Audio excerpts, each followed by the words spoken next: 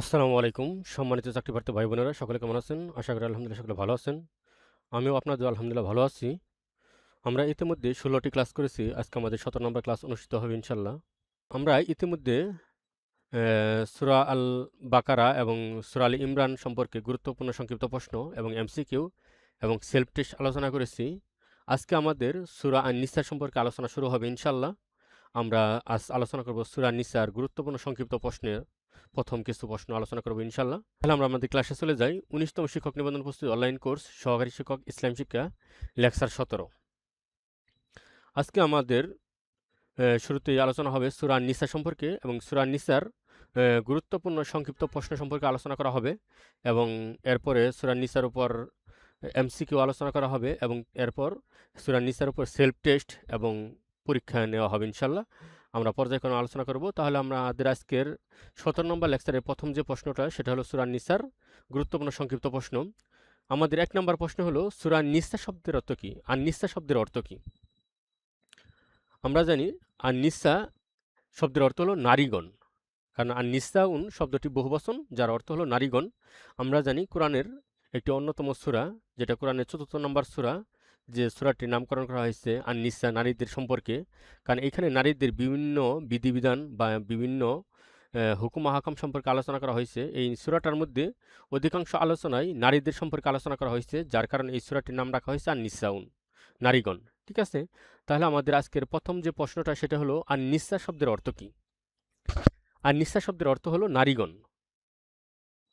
আমাদের ২ নম্বর প্রশ্ন হলো আর নিসা শব্দটি কয় বচন? আর নিসা আমাদের উত্তর হবে নিসা শব্দটি বহু বচন। নিসা শব্দটি কয় বচন? নিসা শব্দটি বহু বচন।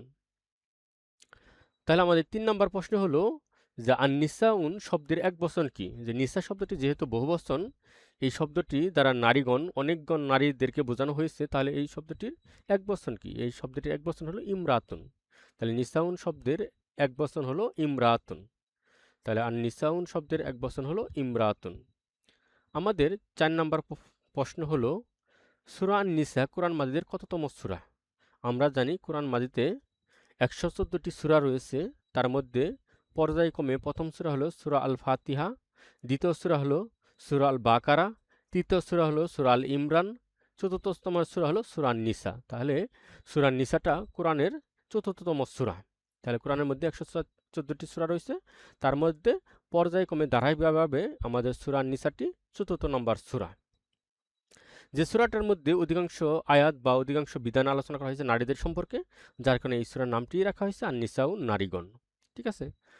আমাদের ৫ নম্বর প্রশ্ন হলো সূরা আন-নিসার আয়াত সংখ্যা কতটি? আমরা জানি কোরআনের মধ্যে ৬,৬৬৬টি, মতান্তরে ৬,২৩৬টি আয়াত রয়েছে।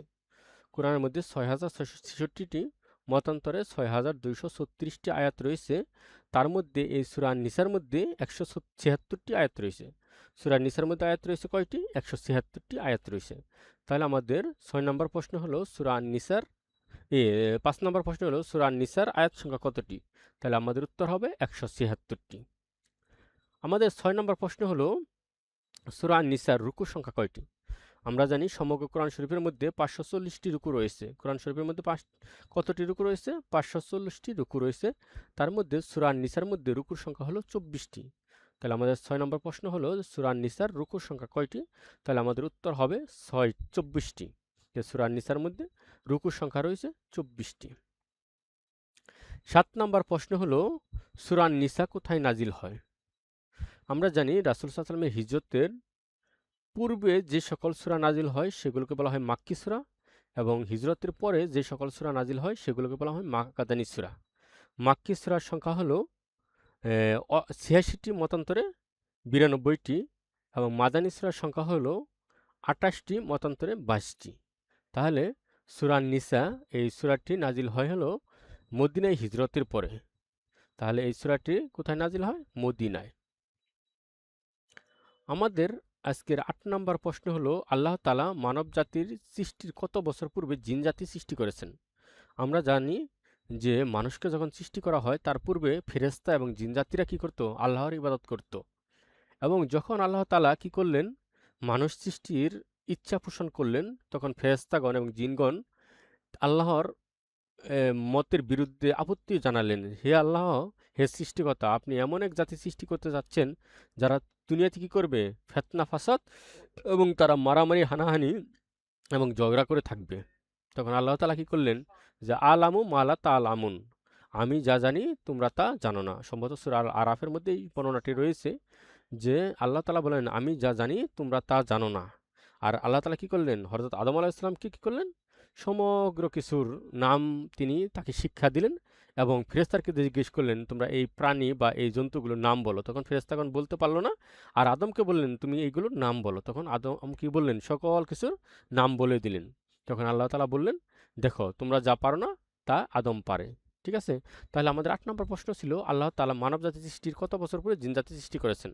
তাহলে আমাদের উত্তর হবে ২০০০ বছর পূর্বে। যে আদম আলাইহিস সালাম এর সৃষ্টির ২০০০ বছর পূর্বে কি করা হয়, জিন জাতিকে সৃষ্টি করা হয়। আমাদের ৯ নম্বর প্রশ্ন হলো, ইত্তাকু শব্দের অর্থ কি? আমরা জানি সূরা আন-নিসার যে প্রথম আয়াতটি, সে আয়াতটি হলো, ইয়া আইয়ুহান নাস, হে মানব সমাজ, তোমরা কি করে, ইত্তাকু রাব্বাকুমুল্লাযী খালাকাকুম, তোমরা ওই আল্লাহকে ভয় করো। কোন আল্লাহকে? আল্লাযী, যিনি খালাকাকুম সৃষ্টি করেছেন, মিন নাফসিন ওয়াহিদাতিন, তোমাদের সকলকে এক প্রাণ থেকে, এক আদম থেকে সৃষ্টি করেছেন। ওয়া খালাকা মিনহা, এবং তিনি তাকে সৃষ্টি করেছেন, তার স্ত্রীকে তার মধ্য থেকে সৃষ্টি করেছেন, জাওজাহা, তার স্ত্রীকে। যে আদম আলাইহিস সালাম থেকে তাকে সৃষ্টি করা হয়েছে, তার স্ত্রীকে। অব্বাসা মিনহুমা, এবং তাদের দুজন থেকে, আদম এবং হাওয়া আলাইহিস সালাম, এই দুজন থেকে কি সৃষ্টি করা হয়েছে? রিজালান কাসিরান আও নিসান, যে তাদের থেকে অনেক নরনারী সৃষ্টি করা হয়েছে। তাহলে কি করা হয়েছে সূরা নিসার মধ্যে, ইয়া আইয়ুহান নাস, হে মানব সমাজ, ইত্তাকুল্লাহা রাব্বাকুম, ইত্তাকু রাব্বাকুমুল্লাযী খালাকাকুম, তোমরা তোমার ওই প্রতিপালককে ভয় করো, যে প্রতিপালক কি করেছেন, সৃষ্টি করেছেন, নাফসিন ওয়াহিদাতিন, এক প্রাণ, এক আদম আলাইহিস সালাম থেকে সমগ্র মানুষকে সৃষ্টি করেছেন। ওয়া খালাকা বাচ্চা, এবং ওয়া খালাকা যাও মিনহা জাওজাহা, এবং তার থেকে সৃষ্টি করেছেন তার স্ত্রী হাওয়া আলাইহিস সালামকে। এবং অবাস্সা মিনহুমা, এবং তাদের দুজন থেকে, আদম এবং হাওয়া আলাইহিস সালাম থেকে সৃষ্টি করা হয়েছে কাদেরকে? রিজালান কাসিরান ও নিসান, যে তাদের থেকে কি সৃষ্টি করা হয়েছে? অনেক নরনারী সৃষ্টি করা হয়েছে। তাহলে আমরা জানি ইত্তাকু শব্দের অর্থ কি? ভয় করা, ক্ষুধাভীতি, আল্লাহভীতি। তাহলে কেমন ভয় করতে হবে?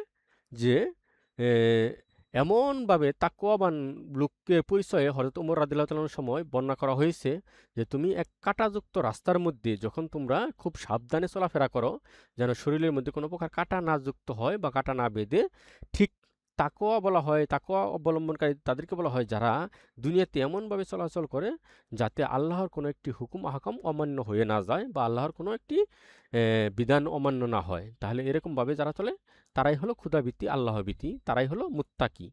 তাহলে ইত্তাকু শব্দের অর্থ কি? ক্ষুধাভীতি বা আল্লাহভীতি বা ভয় করা। তারপরে ১০ নম্বর প্রশ্ন হলো আরহাম। যেমন আমাদের ওই ১ নম্বর আয়াতেরই শেষে বলা হয়েছে যে ওয়াত্তাকুল্লাহা, এবং আল্লাহকে ভয় করো, আল্লাহ যিনি কি করেন, তাসআলুনা বিহিল ওয়াল আরহাম, যার মাধ্যমে তোমরা কি করো, পরস্পরকে তোমরা অধিকার আদায় করে থাকো বা স্বামী স্ত্রীর পরিচয় দিয়ে থাকো বা আত্মীয়তার সম্পর্ক বজায় রাখো। তাহলে এখানে আরহাম শব্দের অর্থ হলো জরায়ু বা আত্মীয় স্বজন। আরহাম দ্বারা মূলত বোঝানো হয়েছে আত্মীয় স্বজন বা জরায়ু সমূহ, বা এখানে মূলত আরহাম বলতে নিকট আত্মীয়দেরকে বোঝানো হয়েছে। তাহলে আমাদের ১০ নম্বর প্রশ্ন হলো যে আরহাম শব্দের অর্থ কি? আরহাম শব্দের অর্থ হলো আত্মীয় স্বজন বা